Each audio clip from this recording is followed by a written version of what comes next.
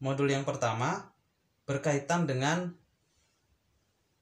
materi ekonomi untuk paket C. Oke. Berkaitan dengan materi ekonomi. Dan yang pertama yang kita akan pelajari adalah pentingnya belajar ekonomi. Oke, bisa dilihat ya. Di sini ada 3 gambar nih teman-teman semua. Yang pertama adalah nih, gambar orang yang sedang orang sedang bekerja. Yang kedua, kita lihat gambar orang sedang membeli baju. Dan yang ketiga, itu orang sedang mencuci mobil. Oh, bukan, orang sedang memasak. Gitu ya. Ketiga-tiganya disebut kegiatan ekonomi. Kenapa? Yuk, silakan teman-teman berpikir. Ketiga-tiganya disebut kegiatan ekonomi. Kenapa? Oke ya. Oke. Orang sedang bekerja, orang sedang membeli baju, orang sedang memasak, merupakan kegiatan ekonomi. So, what is the meaning of ilmu ekonomi? Apa itu pengertian ilmu ekonomi? Oke, langsung kita baca ya. Ilmu ekonomi diartikan sebagai sebuah ilmu yang khusus ya, mengkaji dan mempelajari tindakan manusia untuk memenuhi kebutuhannya. Gitu. Yang tak terbatas. Gitu. Dengan potensi alat pemuas yang sifatnya terbatas. Jadi kebutuhan kita itu terbatas, tapi kemampuan atau alat untuk memenuhi kebutuhan kita itu sangat terbatas. Jadi ilmu ekonomi ilmu yang mempelajari tentang hal-hal itu. Gitu ya. Yang selanjutnya prinsip ilmu ekonomi atau prinsip ekonomi adalah sebuah tindakan pengorbanan yang sekecil-kecilnya untuk mendapatkan hasil yang sebesar-besarnya. Gitu ya. Tindakan dengan pengorbanan tertentu untuk mendapatkan hasil sebesar-besarnya, atau tindakan dengan pengorbanan sekecil-kecilnya untuk mendapatkan hasil tertentu atau hasil yang sebesar-besarnya. Itu prinsipnya. Anda mau jualan pisang, Anda belinya dengan harga 2.000, maunya dijual dengan harga berapa? 100.000. Biar untung berapa? Biar untung 98.000. Kenapa? Ya itulah prinsip ekonomi. Mungkin nggak? Ya nggak mungkin. Kalau misalnya mungkin, lakukan itu. Karena itu sah secara ekonomi. Gitu ya. Motif apa? Motif itu alasan teman-teman semua ya. Motif itu ada alasan. Alasan orang melakukan kegiatan ekonomi itu apa sih? Gitu.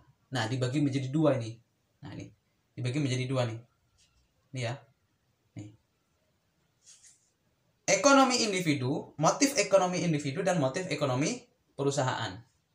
Gitu. Secara individu, motifnya apa? Yang pertama, memenuhi kebutuhan individu. Yang kedua, mencari kekuasaan ekonomi. Dan yang ketiga, mencari penghargaan. Kemudian yang keempat, motif secara sosial. Nah, secara motif ekonomi secara perusahaan, di bidang perusahaan, apa motifnya atau alasannya apa? Mencari laba. Kemudian menghasilkan produk tertentu dengan biaya yang seminim mungkin. Gitu ya. Dan yang ketiga, menjaga kontinuitas perusahaan atau keberlangsungan perusahaan itu. Yang selanjutnya, hukum ekonomi. Hukum ekonomi adalah suatu hubungan sebab akibat atau pertalian peristiwa yang saling berhubungan. Peristiwa ekonomi ya, yang saling berhubungan satu dengan yang lain dalam kehidupan ekonomi sehari-hari dalam masyarakat. Contohnya, jika harga sembako turun, ya, harga sembako turun, maka harga yang lain juga akan turun. Jika harga sembako naik, harga yang lain juga akan naik. Jika harga BBM turun, bisa jadi harga minyak itu juga turun. Nah, itu hukum ekonomi kayak gitu. Ada hubungan sebab akibat, ada pertalian. Nah, disebabkan karena situasi A mengakibatkan situasi B. Nah, gitu ya, itu hukum ekonomi. Nah, itu contohnya masih ada 2, 3, 4, 5. Di pause dulu videonya, kemudian dibaca. Oke ya, kita lanjutkan. Pembagian ilmu ekonomi. Pembagian ilmu ekonomi menurut Alfred W. Stonier dibagi menjadi 3. Yang pertama adalah ilmu ekonomi deskriptif, teori ekonomi, dan ilmu ekonomi terapan. Nah, ini silakan teman-teman pause dulu videonya, dibaca. Gitu ya. Oke. Atau teman-teman bisa dibuka di modulnya masing-masing. Gitu. Oke, itu. Nah, untuk dalam hal ini kita akan fokus pada teori ekonomi. Gitu. Kenapa? Teori ekonomi itu dibagi menjadi dua, teman-teman. Mikro dan makro. Mikro itu berarti kecil ya, makro itu berarti besar atau menyeluruh. Gitu. Kalau teori ekonomi mikro atau mikroekonomik adalah cabang ilmu ekonomi yang mempelajari perilaku konsumen dan perusahaan serta penentuan harga pasar dan kuantitas faktor input barang dan jasa yang diperjualbelikan. Ya, gitu ya. Lebih mikro dia. Dia yang dibahas, yang dipelajari lebih mikro. Berkaitan dengan harga-harga pasar, kualitas faktor input, barang, jasa dan yang diperjualbelikan. Tetapi kalau makro, membahas aktivitas ekonomi secara lebih besar, ya, lebih luas, atau bahkan bisa dikatakan seluruh kegiatan ekonomi dibahas di sini, gitu. Kalau ekonomi mikro itu hanya ibaratnya part of the economic, tapi kalau makro keseluruhan, part tadi kemudian dinaungi oleh ekonomi makro. Oke, itu selanjutnya kebutuhan, kelangkaan, dan skala prioritas dan peluang. Kebutuhan. Kalau ngomongin kebutuhan, teman-teman pasti punya sesuatu yang dibutuhkan. Sekarang coba pikirkan apa yang teman-teman butuhkan sekarang. 2 detik. Tik. Udah ketemu berapa? 100. Banyak kebutuhannya ya. Kebutuhannya banyak gitu. Jadi apa kebutuhan? Segala sesuatu yang diperlukan manusia terhadap benda atau jasa yang dapat memberikan kepuasan. Nah, gitu ya. Kita perlu apa? Entah itu benda, entah itu jasa yang bisa memuaskan kita. Dalam artian memuaskan ini, kita memang memerlukan itu gitu loh. Baik secara jasmani maupun secara rohani. Nah, itu kebutuhan ya. Oke, bisa dibaca ini ya. Kebutuhan menurut tingkat intensitas. Intensitas itu sering atau enggaknya. Sering atau enggaknya. Dibagi menjadi 3, primer, sekunder, dan tersier. Primer atau bisa dibilang pokok ya. Contohnya apa itu? Contohnya agar dapat hidup, manusia harus makan, minum, dan berpakaian. Itu pokok. Kalau nggak ada ini ya nggak bisa hidup. Nah, gitu ya. Ini pokok. Yang kedua sekunder. Sekunder itu ya di bawahnya primer ya, di bawahnya pokok ya. Artinya ketika nggak punya ini, manusia masih bisa melangsungkan kehidupannya. Contohnya apa? Sepeda. Nggak ada sepeda masih bisa hidup. Kipas angin masih bisa hidup. Meja, kursi, dan lain sebagainya. Tersier itu adalah mewah, yang mewah ya. Kebutuhan yang mewah, mobil, kemudian villa, dan lain sebagainya. Menurut sifatnya dibagi menjadi 2, secara kebutuhan secara jasmani dan kebutuhan secara rohani. Oke, secara jasmani itu di pause dan dibaca. Kemudian secara rohani itu. Oke. Selanjutnya kebutuhan menurut subjek. Secara subjek kebutuhan itu ada 2 ya. Secara individu dan secara umum. Kebutuhan individu itu berbeda-beda, teman-teman. Kebutuhan saya dan kebutuhan Anda itu berbeda. Tapi kalau kebutuhan umum bisa jadi sama. Ya, kebutuhan umum bisa jadi sama. Saya butuh udara sama dengan teman-teman butuh udara. Gitu. Tapi kalau secara pribadi itu berbeda, teman-teman. Yang saya butuhkan sekarang dengan teman-teman yang butuhkan sekarang berbeda. Kalau menurut waktu, kebutuhan sekarang dan kebutuhan yang akan datang. Kelangkaan sekarang, teman-teman. Nah, kita agak cepat aja ini ya. Kelangkaan, kita lihat videonya. Berasnya cuma 1, cuman yang mengantri itu banyak. Nah, kenapa demikian? Kenapa demikian? Gitu. Nah, itu gambar orang mengantri sembako. Gitu ya. Oke, jadi apa itu kelangkaan? Kelangkaan adalah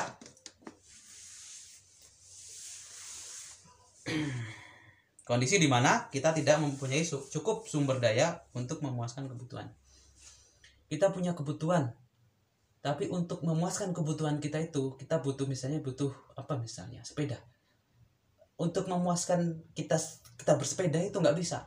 Nah itu langka. Kenapa sepedanya nggak ada? Kita butuh makan. Kita butuh makan. Tapi ternyata berasnya nggak ada. Itulah kelangkaan. Gitu ya. Paham lah ya.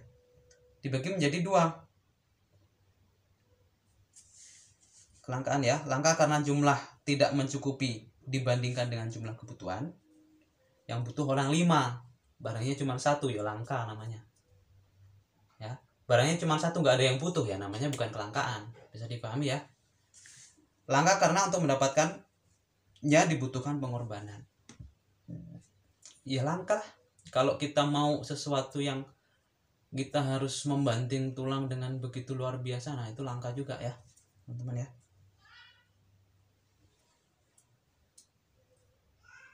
Itu kelangkaan ya. Selanjutnya keterbatasan sumber daya. Oke ya, lanjut. Sumber daya yang sifatnya terbatas atau langka itu terbatas ya teman-teman ya, akan berdampak pada barang atau jasa yang dihasilkan juga akan langka. Nah, ketika sumber dayanya langka, barang dan jasa yang dihasilkan juga langka. Kalau pisangnya langka, maka pisang goreng pun juga akan langka. Demikian ya. Sumber daya atau faktor produksi digunakan untuk memproduksi barang dan jasa. Dalam ilmu ekonomi dikenal 4 faktor produksi. Tanah.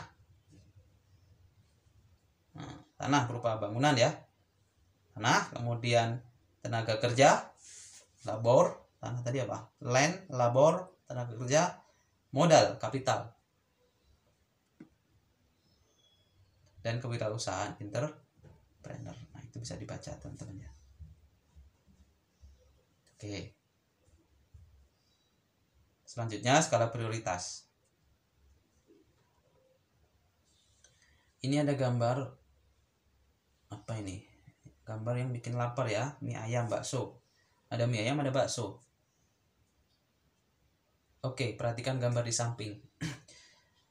Apakah dengan uang 10.000 orang tersebut bisa membeli bakso dan mie ayam yang harganya masing-masing 10.000? Bisa nggak? Nggak bisa. Artinya apa? Artinya orang itu kalau mau makan ya harus milih bakso apa mie ayam. Maka ketika orang itu memilih bakso, berarti orang itu memprioritaskan bakso untuk dipilih. Sebaliknya, ketika orang itu memilih mie ayam, maka orang itu akan memprioritaskan mie ayamnya untuk dipilih. Artinya skala prioritas itu adalah sesuatu yang mana yang akan kita prioritaskan, dahulukan, yang akan kita pilih. Tentunya dengan alasan-alasan yang bisa diterima. Misal, saya memprioritaskan bakso. Kenapa? Karena dalam bakso itu ada daging, ada ini, dan saya butuh itu. Saya memprioritaskan mie ayam. Kenapa? Alasannya karena saya nggak bisa makan bakso, saya punya darah tinggi misal. Gitu ya. Di sini ilmu ekonomi memegang peranannya, yaitu membantu kita melakukan pilihan terbaik. Dalam menentukan pilihan kebutuhan mana yang akan dipenuhi, kita harus membuat skala prioritas, gitu ya. Oke, contoh. Dimas dihadapkan, saya besarkan dikit. Dimas dihadapkan pada buku tulis dan ballpoint. Uang yang dibelanjakan Dimas sejumlah 20.000. Bila harga buku 4.000 dan harga ballpoint 2.000, maka pilihan kombinasi konsumsi Dimas adalah pilihan A 5 buku 0 ballpoint, B bukunya 4 ballpointnya 2, C dan seterusnya sampai F nggak beli buku, cuman beli pena doang berapa 10. Nah, itu skala prioritas ya. Skala prioritas tergantung Anda teman-teman semua. Kalau dihadapkan dengan masalah itu, mana yang akan Anda pilih? Punya uang 20.000 untuk beli buku dan pen. Nah, pennya berapa, bukunya berapa, ini prioritas ya.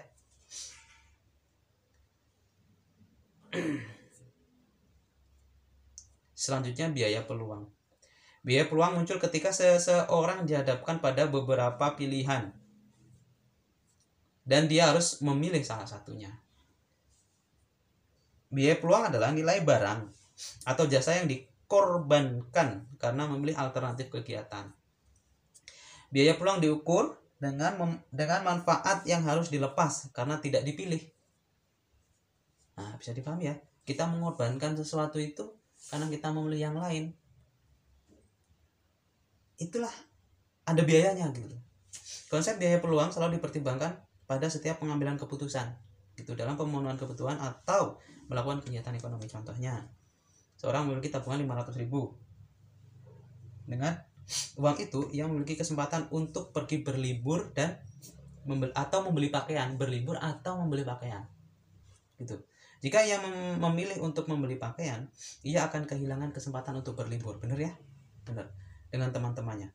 Begitu pula sebaliknya, apabila ia memilih untuk berlibur, nah ia akan kehilangan kesempatan untuk membeli pakaian.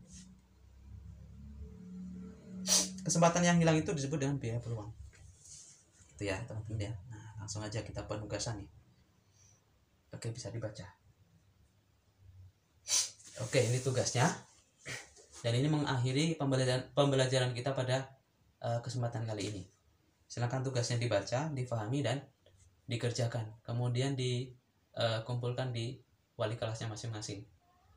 Itu saja. Jika ada pertanyaan, silakan di kolom komentar dulu ya. Saran saya di like, kemudian di komen, dan di subscribe. Jadi kalau ada video baru berkaitan dengan materi paket C, teman-teman semua, atau paket B atau paket A, teman-teman langsung dapat notifikasinya. Terima kasih. Semoga kita bisa mengerjakan tugasnya dengan baik. Assalamualaikum warahmatullahi wabarakatuh.